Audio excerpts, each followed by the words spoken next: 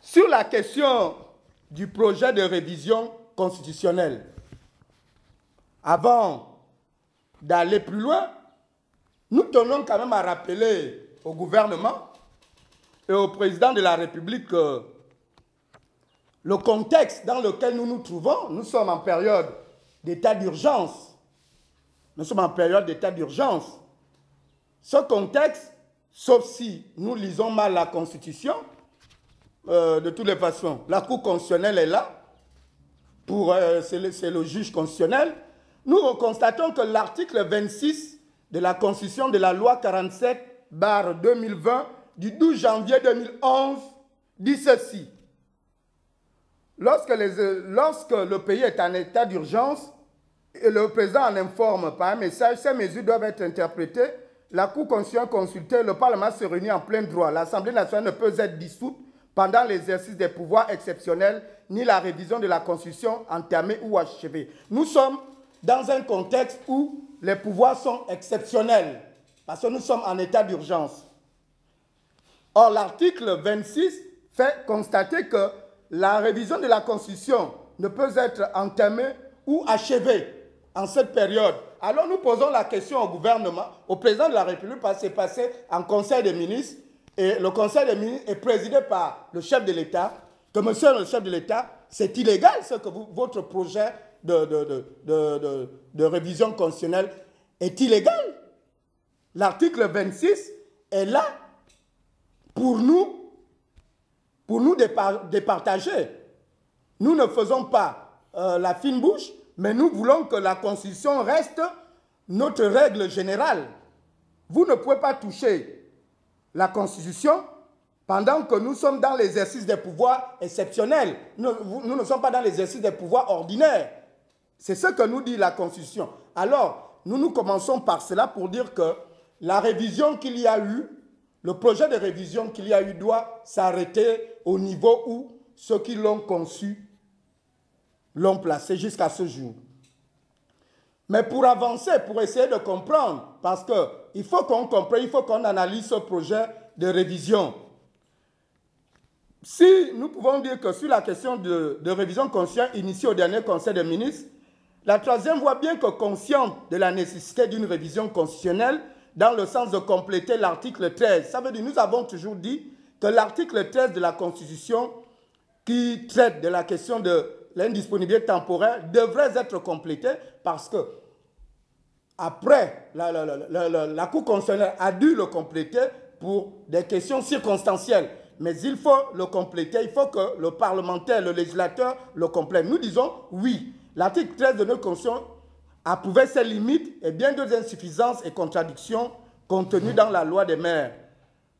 Constate pour le regretter que l'exécutif en tel lequel le président de la République et sa majorité, au lieu de se contenter de régler la question de l'indisponibilité temporaire née de l'accident vasculaire cérébral de M. Ali Bongo, préfère conspirer contre le peuple gabonais en s'avançant maladroitement vers la question de la succession dynastique du clan Bongo et associés. La dernière trouvaille en date visant à affermir ce plan machiavélique consisterait à mettre au sommet de la pyramide étatique un triumvirat mal inspiré composé des deux chambres du Parlement et du ministre de la Défense. Toute chose pour l'observateur politique averti laisse apparaître un complot ourdi contre la souveraineté du peuple gabonais.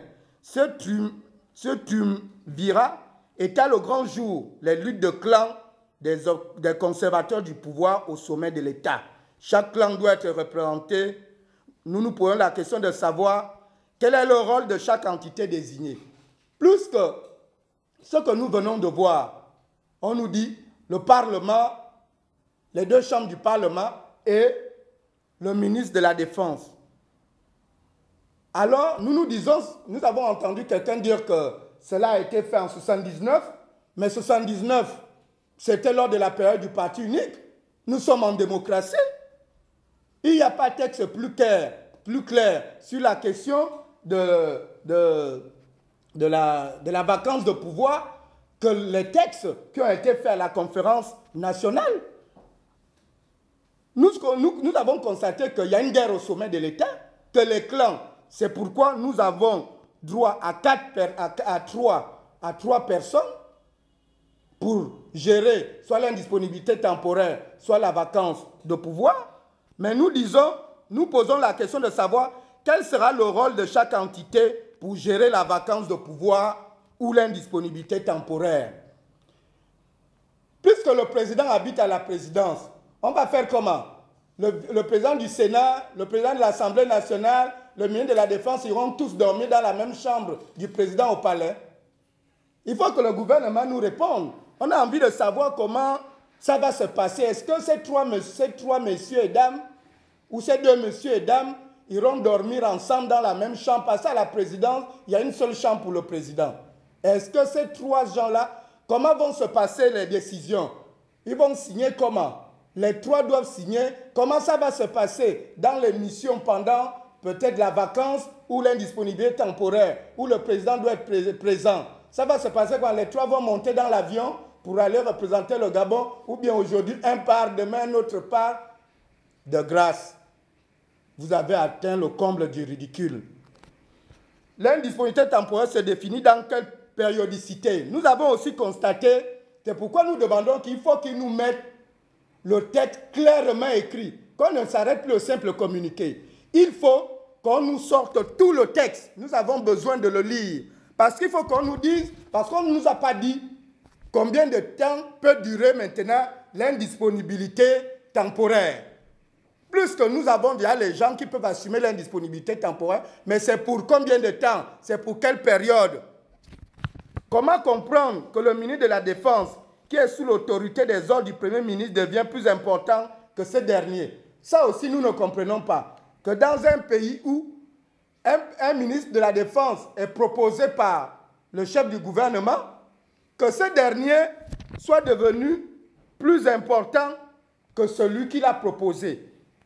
D'ailleurs, lorsqu'il peut arriver à la période de vacances de pouvoir, il peut même démettre son Premier ministre.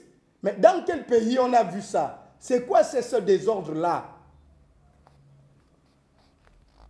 D'ailleurs, cette posture donne au ministre de la Défense la possibilité de démettre son Premier ministre et le garder sous son influence, son gouvernement avec. Il faut que le gouvernement explique au peuple comment un ministre nommé, nous voulons savoir comment un ministre nommé va assumer les charges d'un élu au suffrage universel direct. Donc nous avons besoin de comprendre comment un ministre qui est nommé va assurer les charges du président que la majorité des Gabonais ont voté. Prenons le cas, je ne veux pas être xénophobe, mais j'ai envie de comprendre. Prenons le cas que si jamais nous entrons maintenant dans la vacance de pouvoir, donc notre grand frère Moussa Adamou, c'est mon grand frère, Moussa Adamou, d'origine Aoussa, et la suite, tout le monde la connaît. Je n'ai pas envie de rentrer dans d'autres histoires. Donc nous avons d'origine Aoussa, Nigeria et consorts. Donc nous allons donner à un Gabonais d'origine étrangère les armes pour diriger notre pays. Parce que moi je voudrais qu'on me réponde clairement. Ce n'est pas là faire de la xénophobie ou faire. Nous parlons de notre pays. Que l'on nous dise comment ça va se passer. Comment un ministre nommé va remplacer un président élu? Comment, si on rentre maintenant, comment un Gabonais d'origine étrangère va rentrer à la présidence avec les armes du Gabon pour diriger les Gabonais? Alors, c'est des questions qui nous coincent. Nous demandons au gouvernement de nous répondre. Nous constatons que la bêtise constitutionnelle appelée et qualifiée de triumvirat tue la démocratie parce qu'elle met fin au principe de séparation de pouvoir. Lorsqu'on nous dit que l'Assemblée nationale et le Sénat vont désormais assurer la vacance, l'indisponibilité temporaire et la vacance de pouvoir, tout de suite, on met fin au principe sacro-saint de la démocratie, de la séparation de pouvoir. Comment notre pays va reculer à 30 ans en arrière? pour revenir au parti unique. Alors qu'il y a des Gabonais qui sont morts pour que nous entrions dans la démocratie. Nous disons, nous n'acceptons pas. Il faut que les Gabonais refusent ce projet qui est proposé. Sur ce qu'il convient d'appeler l'auto-amnistie que vient de s'accorder Ali Bongo, la troisième voie réitère sa position. Amnistie des Bongo égale libérer le fauteuil présidentiel. Donc, 2023, tout sauf les Bongo et leurs amis. Lorsque nous disions qu'il faut accorder au régime Bongo l'amnistie, c'était dans l'esprit de permettre aux Bongo de quitter le pouvoir avec la certitude qu'ils seront tranquilles, qu'ils vivront en toute quiétude. Mais la contrepartie à donner au peuple gabonais, c'est que le régime Bongo laisse le peuple gabonais choisir son dirigeant. Mais il n'est pas question que vous prenez l'amnistie et que vous machinez pour mettre un des vôtres à la tête du pays. Le peuple ne peut pas être perdant à tout instant et les Bongo être gagnants à tout moment. Donc, c'est des questions.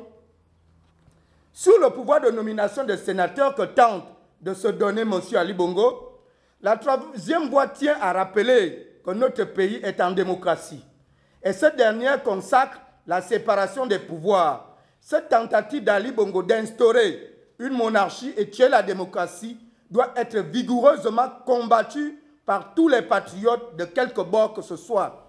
Quels seront même les critères de sélection? Quelle sera la forme de la cohabitation entre les cooptés et les élus?